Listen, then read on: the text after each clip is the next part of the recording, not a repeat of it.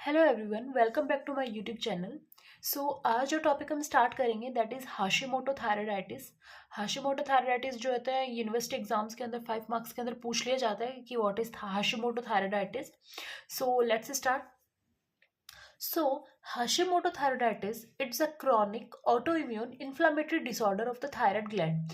हमारी जो thyroid gland होती है उसके क्या होता है, उसका एक क्रॉनिक बहुत लंबे समय से चलने वाला एक ऑटो इम्यून, मतलब बॉडी खुद ही खुद की सेल्स को डैमेज कर रही है और इन्फ्लामेशन हो जाता है थायराइड ग्लैंड का। ठीक है, क्या होता है, एक क्रॉनिक होता है, बहुत लंबे समय से चलता है। ऑटो इम्यून होता है, बॉडी खुद की सेल्स को खुद ही डैमेज करती है जिसकी वजह से इन्फ्लामेशन हो जाता है थायराइड ग्लैंड का। Okay, so this is Hashimoto थायराइटिस।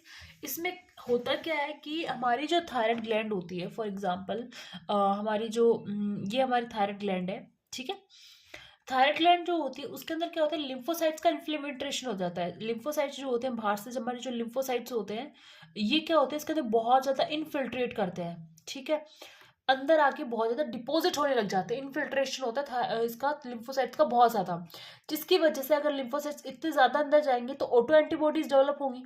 ठीक है, ऑटो एंटीबॉडीज बॉडी जो है खुद ही एंटीबॉडीज का प्रोडक्शन करेगी और जो क्या करेंगी, इसी थायराइड ग्लैंड पे वापस एक्ट करेंगी और इसे डैमेज करेंगी थायराइड ग्लैंड को। ठीक है, okay, so it's an chronic autoimmune inflammatory disorder of thyroid gland। Thyroid gland का एक क्रॉनिक ऑटोइम्यून और इन्फ्लामेटरी डिसऑर्डर होता है जिसके अंदर इन लिम्फोसाइट्स का इन्फिल्ट्रेशन होता है। लिम्फोसाइट्स जो होती है अंदर बहुत ज़्यादा इन्फिल्ट्रेट करती है थायराइड ग्लैंड के अंदर, जिसकी वजह से वहाँ पे ऑटो एंटीबॉडीज़ का फॉर्मेशन होता है, ऑटो एंटीबॉडीज़ बनती हैं एंड उसकी वजह से क्या होता है, ऑटो एंटीबॉडीज़ बनेंगी तो वो क्या करेंगी, वहाँ पे डैमेज करेंगी।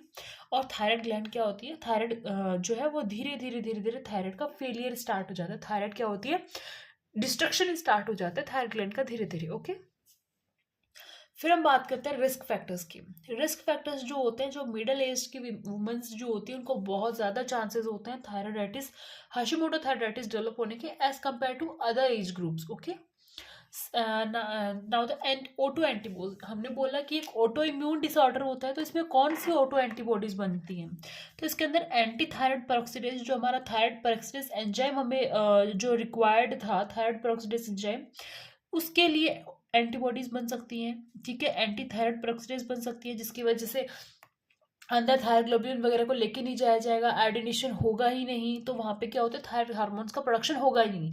सो that is auto anti thyroid peroxidase बन सकती है या फिर एंटी थायरोग्लोबुलिन बन सकती है। हमारा जो थायरोग्लोबुलिन स्टोर था, एक ग्लाइकोप्रोटीन था, अगर उस वो जो ग्लाइकोप्रोटीन था उसको हमने थायरोग्लोबुलिन बोला था, जिसकी वजह से क्या होता है, उसके अगेंस्ट भी क्या होते हैं, वहाँ पे एंटीबॉडीज बन सकती है। उसी को अगर डिस्ट्रॉय कर देंगे तो आगे क्या होता है, थायराइड हार्मोन का प्रोडक्शन नहीं हो पाएगा। ठीक है, सो दो टाइप की ऑटो एंटीबॉडीज बनती है, anti thyroid peroxidase and anti thyroglobulin. Okay, अब हम बात करते हैं पैथोलॉजी की। पैथोलॉजी में हम ग्रोस पैथोलॉजी और माइक्रोस्कोपिक, अगर हम पर्सन को ऐसे नॉर्मली देखेंगे तो हमें क्या फील होगा अगर हम उसकी थायराइड ग्लैंड को अगर उसका इंस्पेक्शन करते हैं तो डिफ्यूज इनलार्जमेंट देखने को मिलता है। इंस्पेक्ट करने पे आपको देखेगा कि थायराइड ग्लैंड जो है पर्सन की वो बहुत ज़्यादा डिफ्यूज इनलार्ज रहेगी, बहुत ही ज़्यादा इनलार्जमेंट देखने को मिलेगा, फर्म रहेगी और नॉन टेंडर रहेगी। जब उसको पैल्पेट करेंगे, टच करेंगे तो उस टाइप पे नॉन टेंडरनेस देखने को मिलेगी, पर्सन को पेन वेन फील नहीं होगा। ठीक है, और साथ में वो फर्म होगी। लेटर स्टेजेस, फर्स्ट स्टेज के अंदर ये होता है कि स्टार्टिंग के स्टेजेस में ये देखने को मिलता है, बट आगे जाके जब बहुत ज़्यादा लास्ट स्टेज आ जाती है उस चीज़ की, तो लेटर स्टेज के अंदर थायराइड ग्लैंड जो होती है बहुत ही स्मॉल हो जाएगी और उसकी एट्रोफी हो जाएगी। देखो, जैसे कि यहाँ पे स्टार्टिंग स्टेजेस के अंदर क्या होता है, हमारे लिम्फोसाइट्स का इन्फिल्ट्रेशन हो रहा है अंदर। ठीक है, ये थायराइड सेल्स इसके अंदर बहुत ज़्यादा इन्फिल्ट्रेशन हो रहा है, ऑटो एंटीबॉडीज बन रही है, मतलब क्या होती है, साइज क्या होती है, इंक्रीज हो जाती है। ठीक है, साइज इंक्रीज होगी। अब धीरे धीरे अंदर क्या हो गया, डिस्ट्रक्शन स्टार्ट होगा। डिस्ट्रक्शन स्टार्ट होगा तो धीरे धीरे ये जो इतनी बड़ी साइज थी अब वो धीरे धीरे बहुत ही स्मॉल हो जाएगी। इसकी एट्रोफी के अंदर जो चीजें थी उसको तो डिस्ट्रक्ट कर दिया, ऑटो बॉडीज जो बनी थी उन्होंने इसको खत्म कर दिया, तो अब यहाँ पे क्या होती है, इसकी एट्रोफी हो जाती है। तो स्टार्टिंग अर्ली स्टेजेस के अंदर थायराइड ग्लैंड बहुत ही diffused, enlarged, firm and non tender देखने को मिलती है, एंड लेटर स्टेजेस के अंदर it becomes small and atrophied. Okay, and now the microscopic, अगर आप माइक्रोस्कोपिक अगर उसको हम चेक करवाते हैं माइक्रोस्कोपिक, देन आपको क्या देखने को मिलेगा कि हमारी जो थायराइड सेल है उसके अंदर dense lymphocyte infiltration infiltration lymphocytes का कलेक्शन बहुत ज़्यादा देखने को मिलेगा, जो नॉर्मली देखने को नहीं मिलता, उससे ज़्यादा एक्सेसिव अमाउंट के अंदर डेंस लिम्फोसाइट्स इन्फिल्ट्रेशन देखने को वहाँ पे मिलेगा। ओके, उसके साथ एक जर्मिनल सेंटर देखने को मिलेगा। जर्मिनल सेंटर क्या होता है? ऑर्गेनाइज्ड क्लस्टर होता है इम्यून सेल्स का, कि इम्यून सेल्स जो होती है एक ही जगह, इम्यून सेल्स जो होती है बहुत ही ज़्यादा ऑर्गेनाइज्ड होती हैं, जिसे हम क्या कहते हैं? Germinal centre. ठीक है, तो जब माइक्रोस्कोपिक जब इसका एग्जामिनेशन करवाएंगे तो वहाँ पे आपको जर्मिनल सेंटर देखने को मिलेगा। ओके, साथ में हर्थल या फिर जिसे हम ऑक्सीफिलिक सेल्स भी कह सकते हैं, ये भी वहाँ पे सीन होती है। ये एक लार्ज ग्रैन्युलर थायराइड सेल्स होते हैं filled with mitochondria. Thyroid cells जो होते हैं वही लार्ज हो जाते हैं, ग्रैन्युलर हो जाते हैं, उसके अंदर माइटोकॉन्ड्रियाज फील्ड होते हैं, जिसे हम हर्थल सेल्स या फिर ऑक्सीफिलिक सेल्स कहते हैं। ओके, और एट लास्ट फाइब्रोसिस भी जो है वो भी आपको वहाँ देखने को मिल सकती है कि फाइब्रोसिस हो सकती है वहाँ पे। ओके, सो ये पैथोलॉजी होते हैं, पैथोलॉजी का हम ग्रोस पैथोलॉजी भी सकते हैं, बाहर से देखने में भी क्या क्या पता लगेगा, और माइक्रोस्कोपिकली आपको क्या क्या एक वहाँ पे एग्जामिन आप कर सकते हो। ठीक है, तो उसके अंदर आप dense lymphocytic infiltrations, germinal centres, Hurthle cells and fibrosis देखने को हमें मिल सकता है। उसके बाद में बात करते हैं क्लिनिकल फीचर्स की। तो क्लिनिकल फीचर्स क्या क्या हो सकते हैं? क्लिनिकल फीचर्स जब भी अगर इसका पेशेंट अगर हमारे पास आता है तो उसके अंदर क्या क्या क्लिनिकल फीचर्स हो सकते हैं? अर्ली स्टेजेस के अंदर तो ये हमेशा ही एसिम्प्टोमेटिक ही होता है। कोई सिम्टम्स जो होते हैं स्टार्टिंग स्टेजेस के अंदर पेशेंट के अंदर नहीं देखने को मिलेंगे।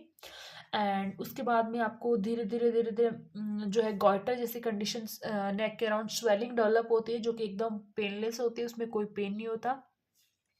Occasionally transient thyrotoxicosis due to hormone leakage, और फिर वहाँ पे हार्मोनल लीकेज की वजह से आपको थायरोटॉक्सिकोसिस जैसे सिम्टम्स वगैरह जो होते हैं वो भी डेवलप हो सकते हैं ओकेजनली।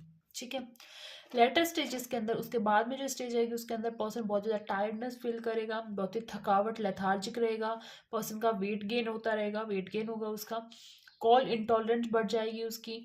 ठीक है, ड्राई स्किन हो जाएगी, बहुत ज़्यादा ड्राई स्किन होगी, एंड हेयर लॉस होंगे बहुत ज़्यादा, कॉन्स्टिपेशन देखने को मिलेंगे, और फीमेल है तो मेंस्ट्रुअल डिस्टर्बेंसेस वगैरह की कंडीशन भी बहुत ज़्यादा डेवलप हो जाएगी पेशेंट के अंदर। ठीक है, इन्वेस्टिगेशन की बात करते हैं तो हम थायराइड फंक्शन टेस्ट करवाएंगे। थायराइड फंक्शन टेस्ट में आप देखोगे कि T3 T4 का लेवल बहुत ही कम रहेगा, एंड TSH और TRH का लेवल जो है बहुत ही ज़्यादा इंक्रीज रहेगा। ये हमने देखा है इसके अंदर कि अगर T3 T4 का लेवल कम है तो ऑब्वियसली जो हमारी हाइपोथैलेमस और जो हमारी एंटीरियर पिट्यूटरी है वो TSH और TRH का सिक्रेशन ज़्यादा करने की कोशिश करेंगे कि हार्मोन जो है उसको प्रोडक्शन किया जाए, उसको जो कंपनसेट किया जाए। ओके, उसके साथ हम इम्यूनोलॉजिकल टेस्ट भी करवा सकते हैं। इम्यूनोलॉजिकल टेस्ट के अंदर हम NT-TPO means anti thyroid peroxidase, and इसका लेवल जो होता है ग्रेटर देन 90% होगा, एंड एंटी थायरोग्लोबुलिन जो होता है वो भी प्रेजेंट होता है, और आपको एंटी थायराइड ग्लोबुलिन जो होता है वो भी देखने को मिलेगा, और NT-TPO जो anti thyroid peroxidase greater than 90%, सबसे ज़्यादा NT-TPO ही देखने को मिलेगा। ओके, उसके अलावा अल्ट्रासाउंड वगैरह जो होता है वो भी हम परफॉर्म करवा सकते हैं कि थायराइड ग्लैंड की फिलहाल क्या कंडीशन चल रही है। ठीक है, सो ये इसके साथ हमारा हाशिमोटो थायराइडिस कंप्लीट होता है। अगर आपका कोई भी क्वेरी है तो आप मुझे कमेंट सेक्शन के अंदर कमेंट कर सकते हैं। Okay, thank you.